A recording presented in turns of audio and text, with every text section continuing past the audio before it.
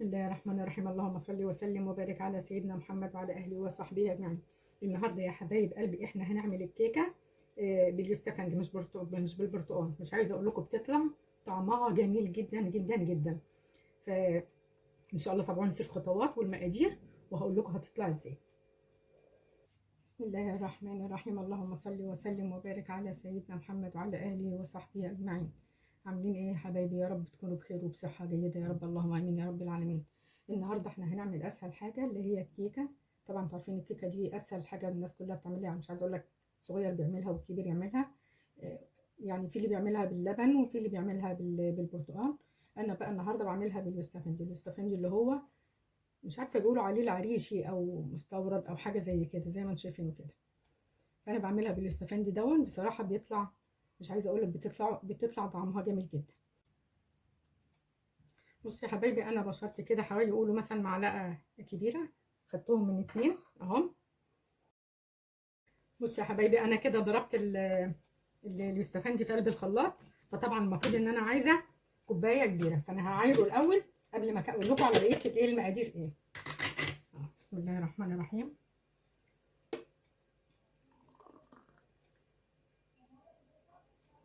دي كده كوبايه، لا بس هو فيها رغاوي شويه. الباقي بجنبه.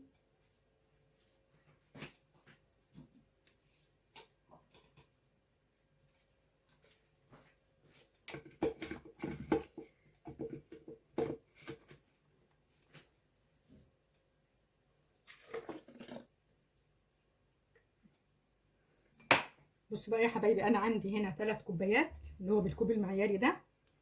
طبعا لازم الدقيق بالذات كمان دقيق كيكه لازم يتنخل عشان ندخل فيه هواء. ومعايا كوبايه زيت ذره، طبعا لازم يكون الزيت بتاعنا يكون ريحته حلوه.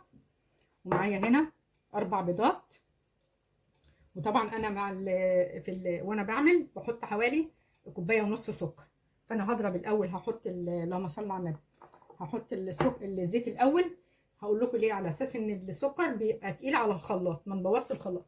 فبحط الزيت الاول وبعد كده بضربه في الخلاط.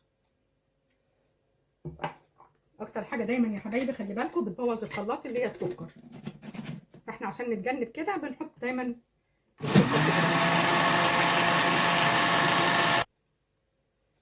بصوا كده انا ضربت الزيت مع الاستفندي.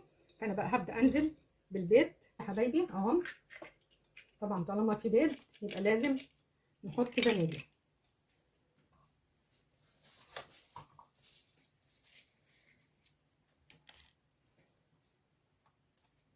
ادي فانيليا اهي يا حبايبي.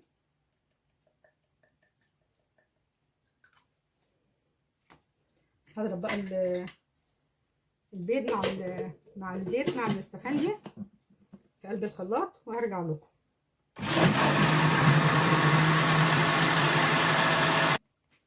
انا ضربت كده يا حبايبي البيض اللهم صل على النبي، البيض مع الزيت مع الاستفندي. انا حاطه 4 بيضات وحطيت الفانيليا. هحط بقى كوب ونص من اللي انا معايره بيه اللي هو الدقيق ده. انا معايره بيه اصلا بكوب المعياري 3 كوبايات دقيق. هحط كوب ونص من السكر ده بقى تبع اختياركم. بسم الله الرحمن الرحيم. دي كده واحد.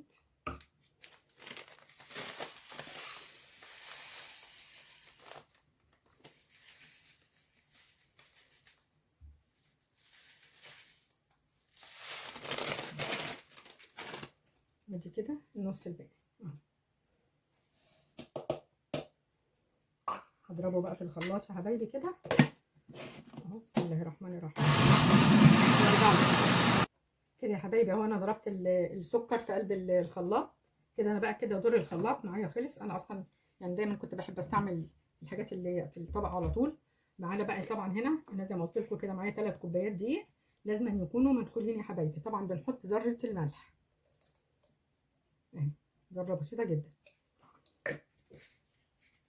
هننزل بقى بالمكونات السائله بتاعتنا اللي احنا عملناها على الدقيق. ورقه البيكنج باودر كنت هنساها اهي. طبعا دي كانت ماده الراحه، الحمد لله ربنا سترها. كانت ممكن كده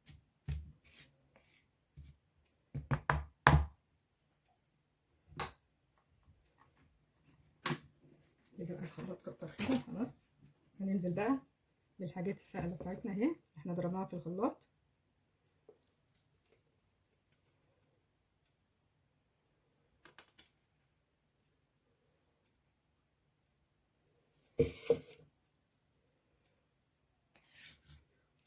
وهنزل يا حبايبي برضو بشر اليوستفندي اللي احنا عملناه ده، ما بحطوش في الخلاط عشان يفضل محتفظ بالنكهه بتاعته او الريحه بتاعته بمعنى اصح.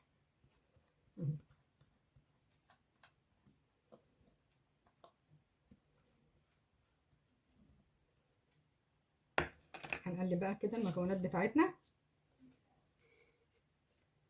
بصوا يا حبايبي اهي، ادي الكيكه بتاعتنا اهي. خلي بالكم انتوا لما تقلبوا بنقلب دايما في اتجاه واحد، يعني ما تقلبوش رايح جاي، على اساس ان احنا الهواء اللي فيها ما يخرجش. طبعا بعد ما عملنا كده يا حبايبي بقى، في المعلقه بقى اللي هي بتظبط الدنيا، معلقه خل كبيره. بسم الله الرحمن الرحيم.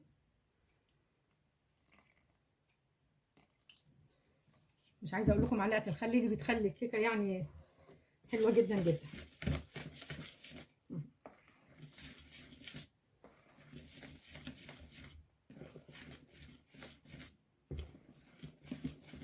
برضو زي ما بقول لكم يا حبايبي، التقليب في اتجاه واحد، وبتكونوا مولعين الفرن قبليها. اما بنيجي نحط الكيكه يا حبايبي بنحطها على الرف الاوسط من البوتاجاز على درجه حراره 180، بس يكون سخن قبليها.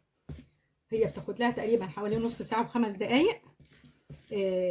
بعد ما بتستوي طبعا انتوا بتحطوا اللي هو الخله، بتشوفوها لو استوت. ان كان طلع فيها عجين تبقى لسه ما كانش كده، بتبقى ان طلعت نضيفه تبقى استوت.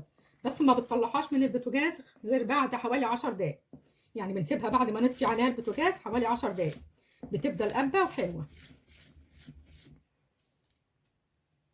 بصوا يا حبايبي بقى، انا هنا كده معايا صينيه هي مقاس 28، هنحطها فيها اهي. بسم الله الرحمن الرحيم اهي. بسم الله الرحمن الرحيم. مش عارفه الكاميرا مبينه ولا لا. كده بقى يا حبايبنا، ادي الكيكه اهي هندخلها على درجه حراره 180. انا زي ما قلت لكم مسخنه الفرن من قبليها، فبحطها على الرف الاوسط، ومجرد ما بتستوي بتاخد لها نص ساعه و5 دقائق. مجرد ما بتستوي يا حبايبي بنعملها طبعا الاختبار بتاع الخله، فاستوت خلاص بنسيبها في الفرن، نقفل عليها البوتاجاز ونسيبها في الفرن حوالي 10 دقائق علشان ما تهبطش. وطبعا بعد ما بنحطها في الصينيه لازم بنرزعها كده يا حبايبي كده مرتين كده، علشان ايه ما نخرج منها الهواء. فان شاء الله كده مش عايزه اقول لكم، مجرد ما تخرج ان شاء الله هوريها لكم. فلو وصلنا بقى لغايه هنا يا حبايبي شجعوني كده واشتركوا في قناتي وشير ولايك عشان كل اللي عمال يوصل. شايفين يا حبايبي الكيكه بعد ما خرجت من الفرن قبه ازاي؟ بسم الله ما شاء الله، زي ما انتم شايفينها كده. انا خلي بالكم كمان انا حطاها في صينيه مقاس 28. انا نسيت اقول لكم يا حبايبي ان الصينيه انا كنت دهناها زيت ورشاها رشه دقيق خفيفه. فشايفين بعد ما خرجت من الفرن ما شاء الله قبه ازاي اهي. شايفين لونها وشكلها. انا هطلع لكم منه حته واوريها لكم. شايفين بقى يا حبايبي ادي الكيكه بتاعتنا اهي بعد ما خرطناها. مش عايزه اقول لكم ريحتها والله كانت قلبه الشقه، طعمها بيطلع جميل جدا جدا جدا. فمش عايزه اقول لكم بقى يا حبايب قلبي، لو وصلنا لغايه كده ما تنسوناش بقى في الشير واللايك وعلامه الاشتراك. اترككم في رعايه الله، والسلام عليكم ورحمه الله وبركاته.